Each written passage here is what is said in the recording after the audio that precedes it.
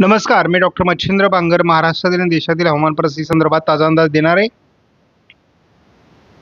दिटवा चक्रीवादळाच्या द्रोणीय स्थितीमुळे महाराष्ट्रात, मध्य प्रदेशमध्ये, छत्तीसगडमध्ये ढगाळ परिस्थिती निर्माण झालेली आहे. एखाद दुसऱ्या ठिकाणी शिडकावा देखील होऊ शकतो. एकूणच हवामानामध्ये काय बदल होऊ शकतो या वादळामुळे याचा अंदाज आपण घेणार आहोत. उत्तर भारतात एक हलका WD देखील आलेला आहे आणि या दोन्हींच्या ट्रपमध्ये मध्य भारतावर पाऊस होतो का हे आपण बघणार आहोत. भारतीय हवामान खात्याच्या वेबसाईटला आपण जर बघितलं तर सायक्लॉन स्ट्रोम दिटवा या संदर्भातील अलर्ट देण्यात आलेला आहे. महाराष्ट्रामध्ये काही प्रमाणात या वादळाच्या द्रोणीय स्थितीमुळे ढगाळ परिस्थिती निर्माण होते आहे. दिटवा चक्रीवादळासंदर्भातील ज्या ताज्या उपग्रही किंवा काही मॉडेलच्या इमेजेस आहेत हे देखील आपल्याला महत्त्वाचं आहे. मालदीवपासून तर जवळपास श्रीलंकेच्या अंतर्गत भागात आणि बहिर्भागातून जवळपास तामिळनाडू आणि रायलसीमापर्यंत या वादळाचा प्रभाव निर्माण झाला आहे. हे वादळ गतिमान पद्धतीने आता विजयवाडा आणि चेन्नईवरून थोडं उत्तरेला सरकून संपुष्टात येण्याची शक्यता आहे. आपण या ठिकाणी बघतो तेच दरडी कोसळलेल्या आहेत आणि मोठं नुकसान दिटवा चक्रीवादळामुळे झालेलं आहे. आपण या ठिकाणी बघतो सायक्लॉन दिटवामुळे 123 डेथ श्रीलंकामध्ये झाल्याचं NDTVने सांगितलेलं आहे.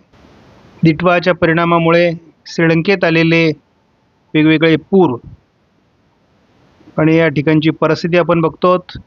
आपण या ठिकाणी बघतो श्रीलंकेतील पूर परिस्थिती कशी शहरं पाण्याखाली चाललेली आहेत. आपण या ठिकाणी बघतो सेनियर चक्रीवादळामुळे जे इंडोनेशियामध्ये परिस्थिती झालेली होती ती देखील आपल्या समोर आहे. त्यामुळे जर दोन चक्रीवादळं तयार झाली ती समुद्र भागामध्ये किंवा भारतापासून दूर तयार झाली तर त्याचा काय विपरीत परिणाम झाला आहे आपल्याला साधारण 1 तारखेपर्यंत याचं अस्तित्व राहील. नंतर डिप्रेशनमध्ये रूपांतर होऊन या दिटवा चक्रीवादळाचा प्रभाव संपण्याची शक्यता आहे. श्रीलंकेचा भाग ओलांडून भारताच्या किनारपट्टी भागात तामिळनाडूच्या आणि रायलसीमाच्या दरम्यान दिटवा चक्रीवादळ सरकलेलं आहे. आपण या ठिकाणी न्यूमेरिकल मॉडेल प्रिडिक्शननुसार बघतो JFS मॉडेल आहे. 850 हेक्टोपास्कल विंड या ठिकाणी देखील आपल्याला वादळाचं सध्याचं परिस्थिती बघितलेली आहे, दाखवण्यात आलेली आहे. थोडी महाराष्ट्रामध्ये ढगाळ परिस्थिती या दरम्यान तयार झालेली आहे. 29 तारखेची ही इमेज आहे. 30 तारखेला या वादळाचं थोडं अस्तित्व राहण्याची शक्यता आहे. दरम्यान महाराष्ट्रात थोडी ढगाळ परिस्थिती निर्माण होऊ शकते. 1 तारखेलाही किरकोळ अस्तित्व त्याचं राहणार आहे. म्हणजे 1 तारखेलाच दिटवा चक्रीवादळाचा प्रभाव संपेल असा अंदाज आहे. आपण जेव्हा 29 तारखेला बघतो तेव्हा तामिळनाडू, केरळ, रायलसीमा या भागात त्याचा प्रभाव आहे.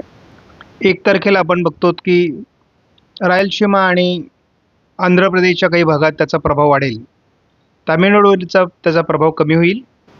2 तारखेला या वादळाचं किरकोळ अस्तित्व राहणार आहे, परंतु महाराष्ट्रामध्ये JFS मॉडेलने फारसा प्रभाव दाखवलेला नाही आहे. आपण JFS मॉडेलनुसार बघतो केवळ किनारपट्टी भागात केरळ, तामिळनाडू, रायलसीमा, आंध्र प्रदेश, थोड्याफार प्रमाणात तेलंगणा आणि कर्नाटक या राज्यांमध्ये प्रभाव आहे. महाराष्ट्रात विशेष प्रभाव नाही. ECMW मॉडेलने देखील महाराष्ट्रात विशेष प्रभाव दाखवलेला नाही आहे.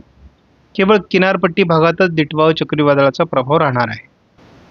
ECMWच्या IFS मॉडेलचा देखील तोच अंदाज आहे. त्यामुळे महाराष्ट्रावर या वादळाचा फार प्रभाव नाही आहे.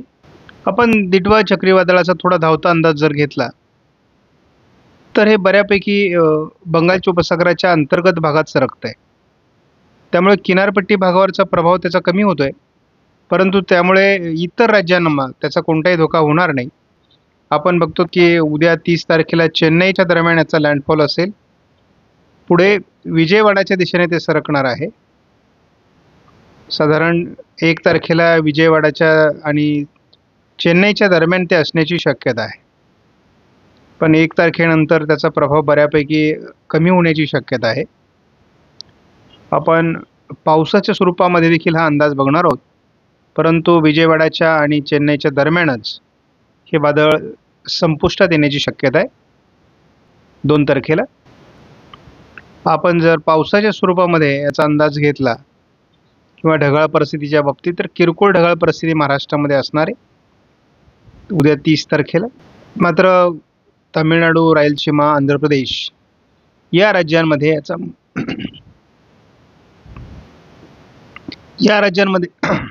या राज्यांमध्ये याचा मोठा प्रभाव पडण्याची शक्यता आहे. मुसळधार ते अतिमुसळधार पाऊस मेघगर्जनेसह होण्याची शक्यता आहे.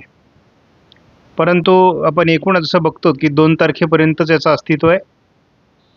त्यानंतर मात्र याचा प्रभाव कमी होऊन जाणार आहे.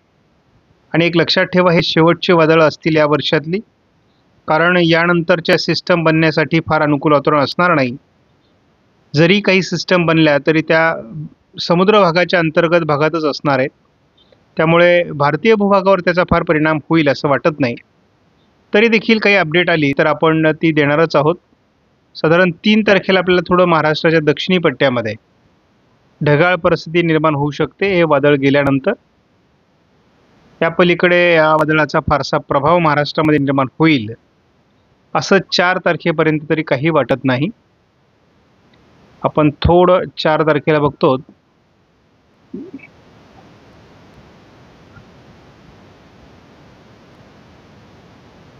वादळ संपुष्टात आल्यानंतर लातूर, पंढरपूर, सोलापूर, सांगली या काही भागात 4 तारखेला थोडं ढगाळ वातावरण निर्माण होण्याची शक्यता आहे. त्यामुळे याचा तसा महाराष्ट्रावर फार परिणाम होत नाही आहे. त्यामुळे महाराष्ट्रातील शेतकऱ्यांनी फार घाबरून जाण्यासारखी परिस्थिती नाही आहे. आपणास व्हिडिओमधील माहिती महत्त्वपूर्ण वाटल्यास लाईक करा, शेअर करा, चॅनलला सबस्क्राईब करा. धन्यवाद. जय हिंद, जय महाराष्ट्र, जय बळीराजा.